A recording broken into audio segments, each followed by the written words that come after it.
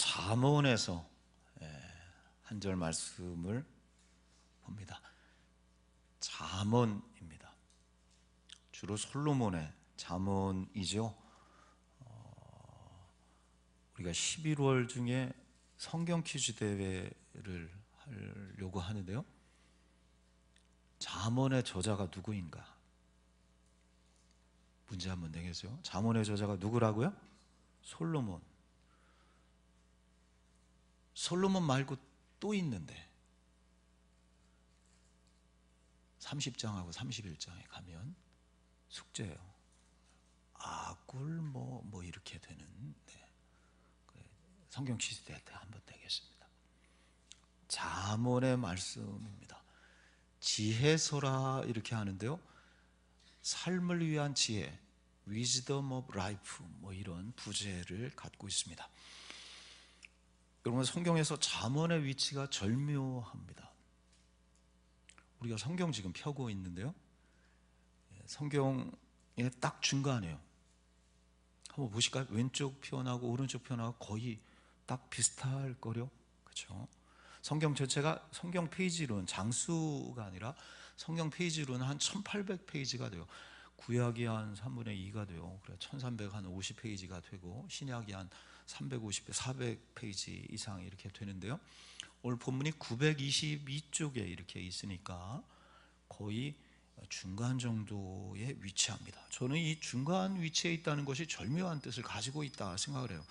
하나님은 성도가 인생길을 걸으면서 왼쪽이나 오른쪽, 뭐 좌로나 우로나 치우치지 아니하고 중심에 있으라고, 삶을 위한 지혜니까 성경 66권 가운데 잠언을 중간에 기록해 놓으신 것이 아닌가 이렇게 저는 해석합니다. 또한 매일 한 장씩 읽으면서 날마다 지혜롭게 살도록 한 달에 맞추어서, 잠언은 몇 장이라고요? 그래? 31장입니다. 바쁘다는 핑계로 하나님 말씀을 멀리 할까봐 하루에 한 5분 정도면 읽을 수 있도록 아주 쉬운 삶에서 있는 평범한 이야기들, 그런 말씀을 중심으로 되어 있습니다. 그래서 저는 어떤 초신자나 청년들이나 목사님 성경 어디 읽어요? 너무 어려워요 구약. 그러면 시편이나 잠언을 먼저, 뭐 신약을 먼저 읽으라 하든지 구약은 시편이나 잠언을 먼저 이렇게, 특히 뭐 한 달, 두 달, 몇 달 남은 청년들 뭐 시험 앞두고 있는데 성경 어디 읽을까요? 그래 한 달 동안 하루에 한 장씩 잠언을 31장을 읽어라 이런 이야기 하는데요. 잠언의 말씀입니다. 잠언에는 특히 지혜라고 하는 말이 굉장히 많이 나옵니다. 히브리어로는 호크마라고 하고 헬라어로는 많이 들었죠. 소피아, 뭐 이게 지혜라는 뜻이죠. 세상 사는데 돈도 건강도 필요하지만은 이 지혜가 있어야 한다. 무엇이 지혜이고 누가 지혜자인가?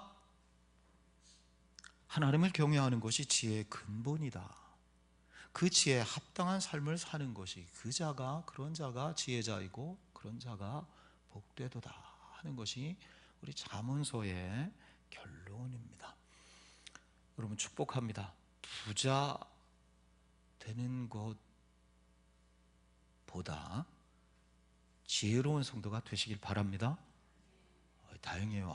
아멘이 안 나올까봐 이렇게 목사님 해주세요. 부자도 되시고 지혜자도 되게 해주세요. 그러면 아멘. 아무튼 두 개 다. 부자도 되시고 지혜로운 성도도 되시기 바랍니다. 오늘 본문이 속해 있는 잠언 11장도 지혜로운 자에 대해서 말씀을 해요. 7가지로 누가 지혜로운 사람인가 7가지로 말씀하는데, 오늘 본문 말씀 한 절인데 그 한 절을 좀 넘어서 11장 전체가 참 지혜자에 대해서 이렇게 말씀해요. 7가지인데 한번 제가 간단하게 이렇게 성경 보면서 말씀드릴 때 내게 적용해 보면 난 정말 지혜로운 자인가. 첫째는 2절 말씀에 보면 교만하지 말고 겸손하라. 그게 지혜자이다. 교만이 오면 욕도 오거니와 겸손한 자에게는 지혜가 있다. 교만하면 끝내 욕이 따라온다는 거예요. 그러니까 나 무슨 욕을 먹는다 그러면 나 교만했구나. 겸손한 자가 지혜롭다. 나는 겸손한가. 둘째, 누가 지혜로운가? 정직한 자가 지혜롭다. 6절에 보면 정직한 자의 공의는 자기를 건지려니와 사악한 자는 자기 악에 잡히리라. 정직한 자는 건짐을 받는다. 물에 빠진 것이죠. 사람이 실수하고 실패할 때 있죠. 물에 빠질 때도 있죠. 물에 빠졌어도 정직하고 하나님 앞에 공의로 의로우면 끝내는 건짐을 받는다는 거예요. 나는 정직한가? 셋째는 누가 지혜로운가? 말에 대해서 또 언급해요. 말에 대해서 많이 언급해요. 13절에 보면 두루다니며, 한번 13절 읽어봐요. 시작. 두루다니며 한담하는 자는 남의 비밀을 누설하나 마음이 신실한 자는 그런 것을 숨기는. 아멘. 한담을 한다, 한가로운 담아, 뭐 이런 뜻이죠. 한문으로 하면. 재미있는 건 묘해요. 영어는 챗이에요. 챗. 그러니까 채팅. 그래, 채팅도 너무 많이 하면 안 돼요. 특별히 남의 허물을 한담, 누설하는 자, 어리석은 자다. 허물이 있는 자를 자꾸 감싸는 자, 그런 자가, 말을 조심하는 자, 지혜로운 자다, 이렇게 말씀합니다. 네 번째는 영혼을 관리하는 자가 지혜롭대요. 17절에 보면 인자한 자는 자기의 영혼을 이롭게 하고 잔인한 자는 자기 몸을 해롭게 한다. 자기 영혼을 이롭게 하는 것입니다. 몸 관리를 많이 해요. 내 몸 뭐 이로운 거 자꾸 먹고 마시자, 뭐 이렇게, 이런 말만. 몸 관리도 필요하지만 영혼 관리라는 거예요. 거룩과 경건에 힘쓰는 자, 지혜로운 자이고 복을 받을 자이다. 우리가 이렇게 주일 예배 오늘 드리고 있는데요, 우리 영혼에 좋은 것을 주는 시간, 우리 영혼을 이롭게 하는 시간이라 이렇게 말할 수 있습니다. 몸과 영혼에 해로운 것을 먹고 마시고 물을 주는 자, 복을 받겠어요? 어리석은 자이다. 지혜롭지 못하다. 나는 지혜로운가? 다섯 번째, 재정관리를 잘하는 자가 지혜롭대. 24절을 보면 흩어 구제하여도 더욱 부하게 되는 일이 있나니 과도히 아껴도 가난하게 될 뿐이라. 그래, 구제하거나 나눠주며 살라. 손해보는 것 같지만은 더 부하게 되리라. 끝내는, 움켜쥐면 부자가 될 것 같지만 끝내는 가난하게 되리라. 지난달이죠. 추석 명절 때가 기억나는데요, 고향에 가지요. 고향에 가면 명절날 식탁을 앞에 두고 온 식구들이 이제 손주들까지 다 아버님 어머님하고 다 둘러 앉습니다. 예배 드립니다. 큰형 목사님이 사회 보며 설교하시고, 삼형제죠 저희가. 작은형 장로님이 대표 기도하시고, 막내 목사인 저는 뭐 했겠어요? 축도, 광고했겠어요. 제가 축도 마지막에 했습니다. 예배를 다 마치고 아버지 어머니 장로님 권사님 손주들한테, 저희들한테 덕담 좋은 말씀 해주세요 했더니 아버지 장로님 어머님 권사님께서 이구동 두 분이 입 맞추셨나요? 한 가지. 할 말은 한 가지예요. 주일 성수 11조 분명히 하세요. 그게 전부예요. 그거 이상 바라는 게 없다는 거예요. 시간을 드리고 돈을 드리는 게 손해보는 것 같지만은 그 잘한 분명하면 하나님께서 반드시 복 주시리라. 다섯 번째입니다. 여섯 번째, 어떤 자가 지혜로운가? 선한 일 하는 자가 지혜롭다. 당연하지요. 27절에 보면 선을 간절히 구하는 자는 은총을 얻으려니와 악을 더듬어 찾는 자에겐 악이 말이라. 악을 더듬어 막 찾는다는 거예요. 선한 사마리아 사람처럼 이웃에게 선을 끼치며 사는 것, 지극히 작은 자에게 냉수 한 그릇 주는 것, 선을 베푸는 자 지혜롭고 그런 자가 하나님을 기쁘시게 하고 복을 받을 것이다. 그리고 일곱째가 오늘 본문입니다. 누가 지혜로운 자인가? 이 모든 것들을 통해, 첫 번째부터 여섯 번째까지 이 모든 것들을 통해 사람을 얻는 자, 사람을 얻는 자가 지혜로운 자이다. 오늘 30절인데요 한번 읽어볼까요? 의인의 열매는, 시작. 의인의 열매는 지혜로운 자는 사람을 얻느니라. 아멘. 사람을 얻는 자가 가장 지혜로운 자라. 돈을 얻는 거 아닙니까? 경제로 얻는 거 아닙니까? 건강도 중요하고 명예도 뭐 권력도 세상 살아가면 필요하고 중요하지만 사람을 얻는 자, 하고 따를까요? 사람을 얻으라. 예, 하나님께서 만드신 우주 만물 가운데 가장 귀한 존재가 사람이죠. 지혜로운 사람은 다 놓쳐도 사람을 얻습니다. 돈은 벌었는데 사람을 놓쳤다 하면, 일은 잘한 것 같은데 사람을 못 얻었다 하면 어리석습니다.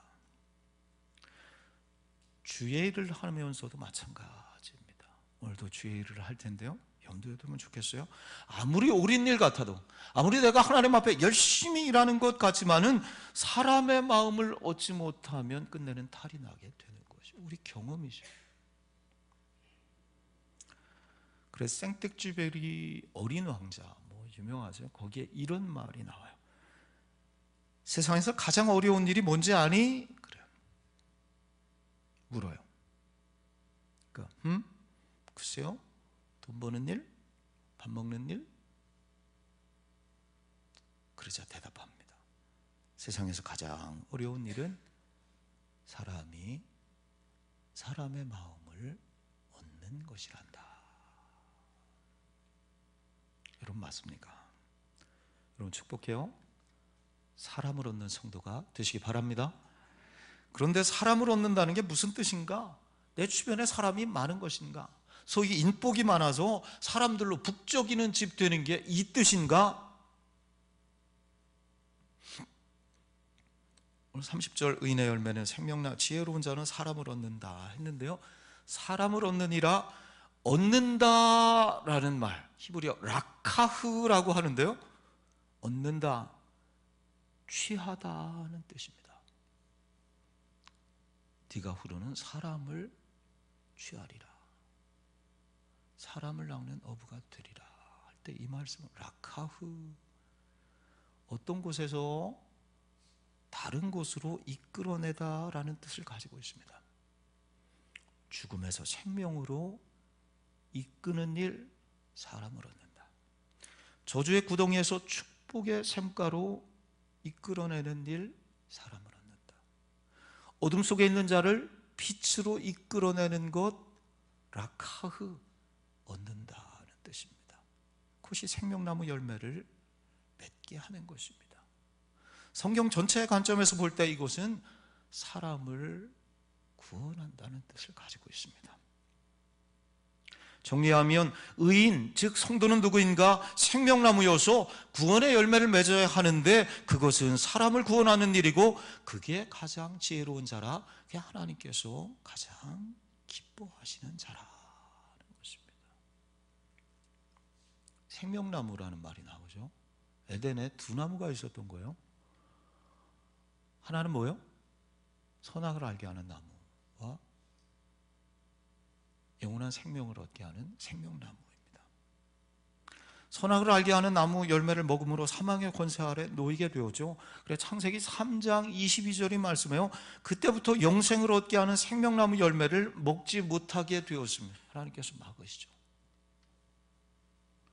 그러나 하나님께서 인간에게 생명나무 열매를 먹을 수 있는 길을 열어주셨으니 예수 그리스도십니다. 예수님은 생명나무이십니다. 그래, 요한복음에서 많이 그 말씀해요. 요한복음 1장 4절에 보면 그 안에 생명이 있으니, 누구 안에? 예수 그리스도 안에 생명이 있으니. 요한복음 6장 48절, 내가 곧 생명의 떡이니, 내가 생명을 주는 떡이라. 육신의 떡은 뭐 방앗간의 새우겠지만은 생명, 영원한 생명을 주는 떡은 예수 그리스도를 통해 먹는 것이다. 요한복음 14장 6절에 내가 길이요 곧 진리요 생명이니 나로 말미암지 않고는 아버지께로 올 자가 없다. 그 예수 그리스도를 믿는 성도는 생명나무 열매를 먹는 것입니다. 그래서 주님이 이 땅에 오셔서 제자를 부르실 때 그들을 부르신 목적을 분명하게 알려주십니다. 사람 즉 생명을 낚는 어부라. 예수께서 시몬에게 이르시되 무서워 말라, 이제 오르는 내가 사람을 라카흐, 사람을 얻으리라, 사람을 취하리라. 정확하게 오늘 본문은 사람을 얻으라와 같은 의미이죠.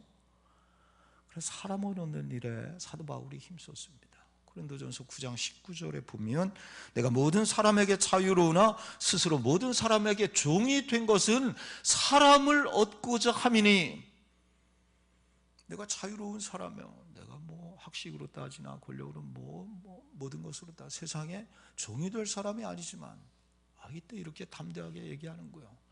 그러나 모든 사람에게 자유롭지만 모든 사람에게 종이 된 것은, 종이 되어 섬긴 이유가 있으니 사람을 얻고자 함이라.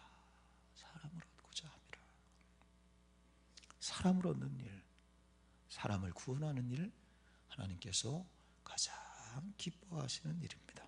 이와 같이 죄인 하나가 회개하면 하늘에서는 회개할 것 없는 의인 99을 인하여 기뻐하는 것보다 더하리라 말씀합니다. 한 여자분 소개하려고 그래요. 메리 스크랜튼이라고 하는 한 150년 전에 분이요. 양화진, 우리가 절두산 양화진 묘지에, 외국인 묘지에, 선교사 묘지에 갔을 때 이분을 배웠습니다. 묘지가 거기 있네. 메리 스크랜튼, 이화여대 설립자입니다. 최초의 여성 선교사인데요, 여성교육의 선교자입니다. 미국에서 남편과 사별을 했습니다. 남편이 일찍 죽었습니다. 외아들 하나 있었어요. 윌리엄 스크랜튼인데요, 똑똑해요. 예일대학교 의과대학 다녔습니다. 의사 개업을 하는 중에 이 아들 윌리엄 스크랜튼이 이 아들 하나 보고 살았겠죠. 남편 죽고 젊은 나이에. 아들 윌리엄 스크랜튼이 한국의 선교사를 자원합니다. 미국에 얼마나 좋은 자리가, 의사로서 편안한데. 한국에, 당시만 해도 조선이죠. 1890년대. 어두운 나라, 동방의 어두운 나라이죠. 한국의 선교사를 결단합니다. 그래, 아들이 입국을 할 때 엄마 스크랜튼 여사도 결단으로 같이 들어옵니다. 당시만 해도 여성의 몸으로 이 조선, 남자 선교사 하면 또 몰라도 여성이 한국에 그때만 해도 뭐 외국인에 대해서, 특히 여성에 대해서는 뭐 굉장히 아주 비하하던 그런 조선 시대였잖아요. 그래, 반감이 많이 있었어요. 그래, 굉장히 어려웠습니다, 적응하기.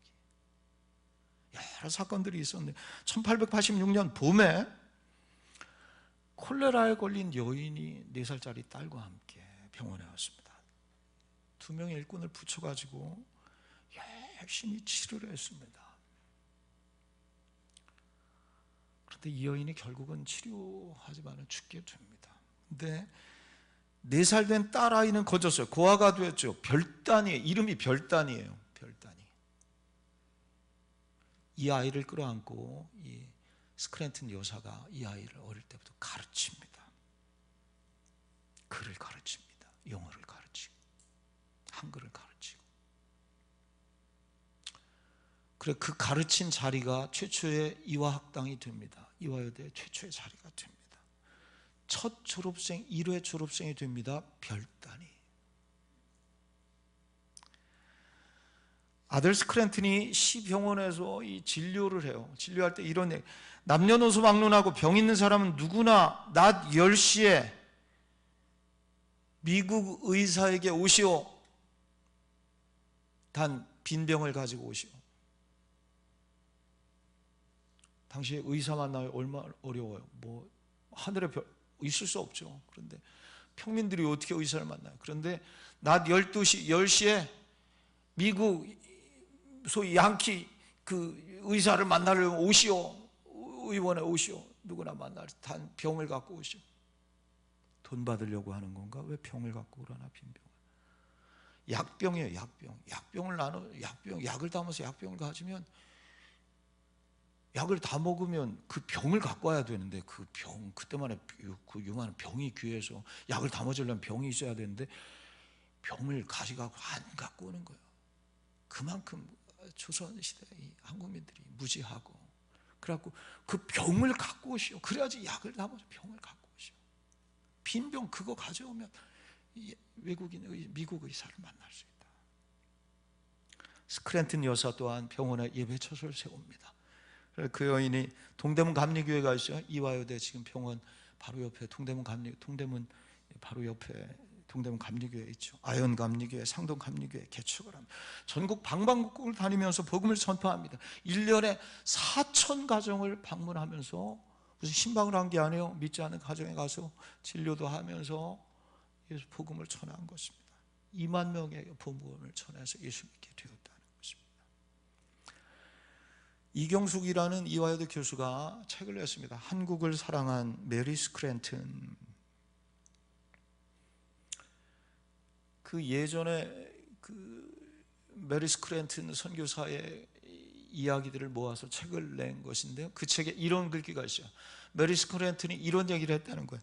내가 하는 일이 이 땅의 사람들 마음에 들든지 알든들지 마음에 안 들어서 막 내치던 여자라고, 막 내치던 외국인 여자라고, 코쟁이라고, 그런 사람들도 얼마나 조선에 많이 계세요. 내가 하는 일이 그들의 마음에 들든지 안 들든지 나는 이 땅의 사람들을 사랑하기로 마음먹었다. 이게 늘 그 스크랜튼 선교사께서 하던 이야기. 이 땅의 사람 나를 좋아하든지 싫어하든지 나는 그들을 사랑하기로 마음먹었다. 하나님께서 내게 사랑을 주셨는데 그 사랑을 가지고 이 땅 조선의 백성들을 사랑하기로 마음먹었다.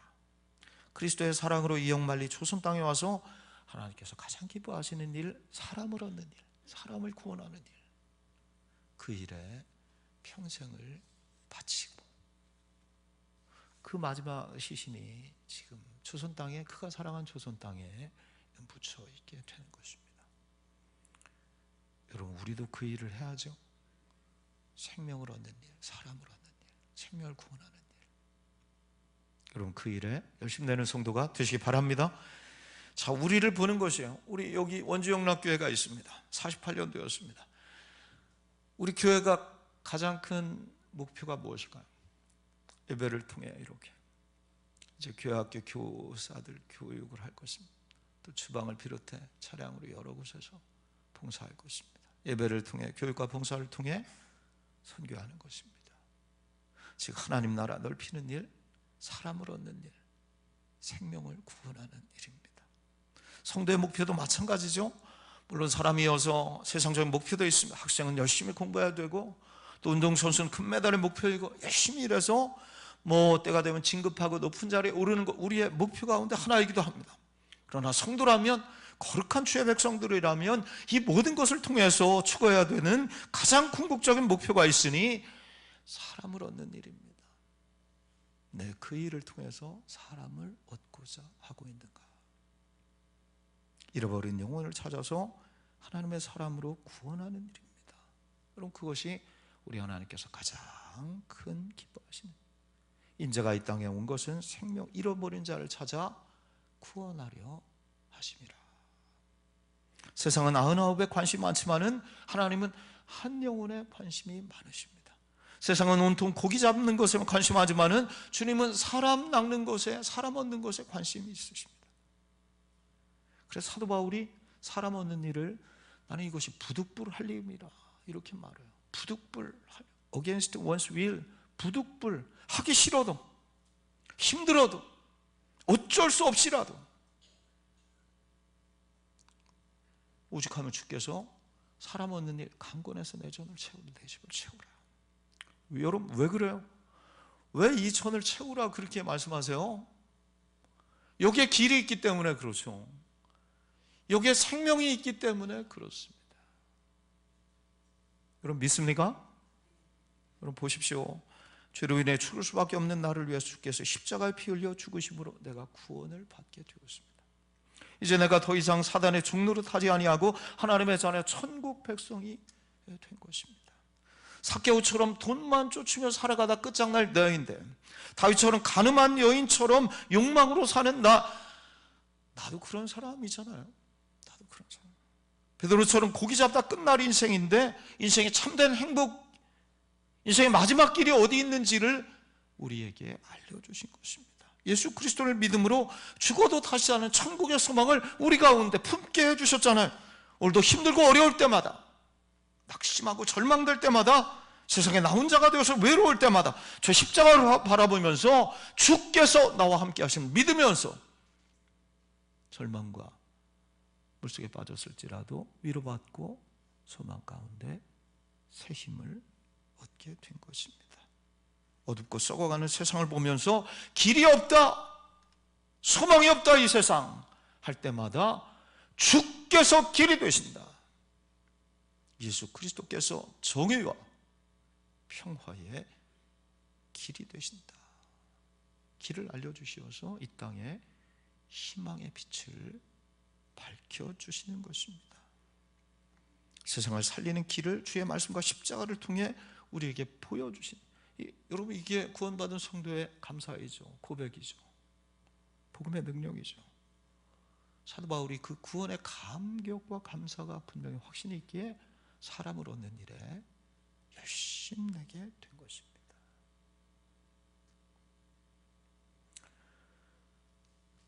이런 간증이 있어. 어느 목사님 좀 늦게 예수 믿게 되어서 결국 목사가 된 분인데요, 얼마나 감격인지. 예수 늦게 믿은 것이 그렇게 아깝다는 거예요. 그렇게 억울하다는 거예요. 예수 믿게 된 게 더 빨리 알았으면 내가 예수를 몰랐더라면 결국 죽어서 지옥불 멸망을 당했을 것인데 그걸 생각하면 아찔하고 끔찍하다는 거예요. 그리고 어느 날 절친한 친구에게 전화를 했어요. 그 친구는 일찍부터 교회 다녔던 친구예요. 가까운 친구인데 일찍 교회를 다닌 예수 믿은 친구예요. 그 친구한테 그래 어느 날 전화를 한 거예요. 그래 대화를 하면 전화로. 제가 그 늦게 예수 믿은 목사가 될 테니까 여러분이 그 전화 받은 친구가 되세요. 그래 대화를 합니다. 대화는 너무 쉬워요. 여러분이 할 말은 응 맞지 그것만 하면 돼요. 알았죠? 제가 맞지 그러면 응 맞지. 친구야, 아니 거긴 말고 친구야 예수 믿으면 구원받고 정말 천국 가는 거 맞지? 대답이 없어. 고개 끄덕이면 응 맞지 하는 거야. 친구야 예수 믿으면 구원받아서 천국 가는 거 맞지? 친구야 예수 믿지 않으면 멸망받아서 지옥 가는 것도 맞지? 지옥 가면 불가마 같은 데에서 나오지 못하고 고생하는 것도 맞지? 그런데 너 내 친구인 거 맞지? 야 이 나쁜 놈아, 네가 내 친구냐? 친구가 지옥 가는데 교회 가자고 얼마나 해서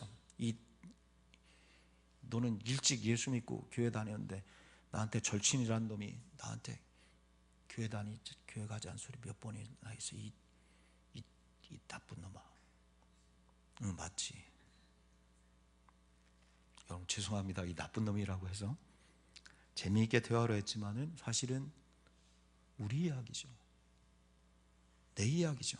정말 절친이라면, 예수 믿고 구원받아야 천국 가는 게 분명하다면 그럼 그냥 두겠어요? 내 부모 형제가 지옥 가는 것을 알면서 그냥 놔두겠어요? 이 세상의 가장 소중한 삶, 그러므로 생명을 구원하는 일입니다. 전도하지 않는 교회는 죽은 교회라. 불은 불이 있을 때 불이듯이 교회는 전도할 때 교회다. 신학자 브루너가 한 이야기입니다. 마지막으로 이 얘기 드리고, 지난 주간에 큰 일이 있었어요. 무슨 일이 있었을까요? 제게? 네, 그 일이 있었습니다. 총회장배 전국 노예 탁구대회가 있었어요. 안양의 호계체육관에서. 전국에 60개의 노예가 넘는데 그 노예에서 수많은 목회자들, 장로님들 이렇게 참여를 했습니다. 단체전에서 우리 용천노예가 우승했습니다. 제가 그 선수로 나갔는데. 그런데 개인전도 열렸는데요, 개인전에서 제가 우승을 했어요. 별로 안 놀랐는데,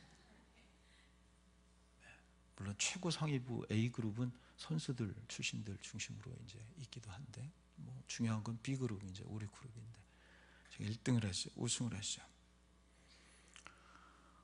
상금을 받았어요. 그래, 야, 이 상금으로 저녁에 내가 여기 선수들 10명 되는데 내가 밥을 사야 되겠다 했는데, 웬걸요, 단체전도 우승을 해서 단체전도 우승 상금이 있어요. 그래, 그걸로 밥을 다 먹었어요. 그래, 그 봉투를 가지고 집으로 가져왔어요. 그래, 봉투를 집사람, 여보, 1등에서 가져왔다. 그랬더니 집사람 쭉 하더니, 여보 이거 공돈 생겼는데 교회 떡을 합시다. 주일 점심에. 아니 공돈은 내가 30게임이나 하루에 죽으라고 하루 종일 30게임을 해서 내가 이겨가지고 내 피골이 상접한데 내 뭘 공돈 생겼다고. 맞다, 잘 생각하셨다.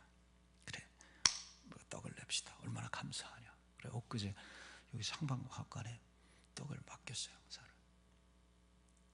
주일날 10시 반에 이제 찾으러 가야 돼. 근데 어제 생각이 나서 상각방학관에 갔어요. 아주머니 떡 찾으러 왔습니다. 목사님 내일이지요. 내일이 주일인데 오늘 아닌가? 내일이었나요? 예, 내일이었나요? 이왕 온 거 좀 앉지. 이 얘기 저 얘기 했어요. 내가 왜 몰라? 주일날이 언젠지 몰라. 떡을 뭐 토요일날 토요일날 떡 내나? 주일날 내지. 일부 토요일날 가자. 모르는 척. 모르고 그냥 왔다. 앉아서 이런 얘기 저런 얘기 하나. 일어서면서 아주머니 우리 교회 꼭 한번 오셔. 우리 교회 꼭 한번 오셔. 우리 교회 너무 좋아요. 우리 교회 꼭 한번 오셔.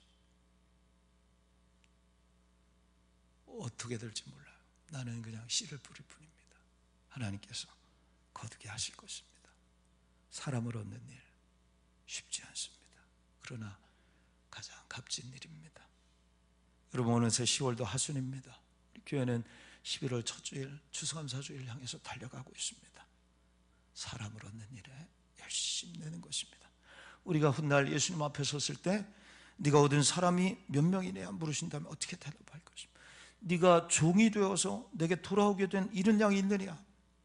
네게 준 자유와 권리를 실컷 사용하기만 하다 온 것 아니냐? 이런 말 들을까 두렵습니다.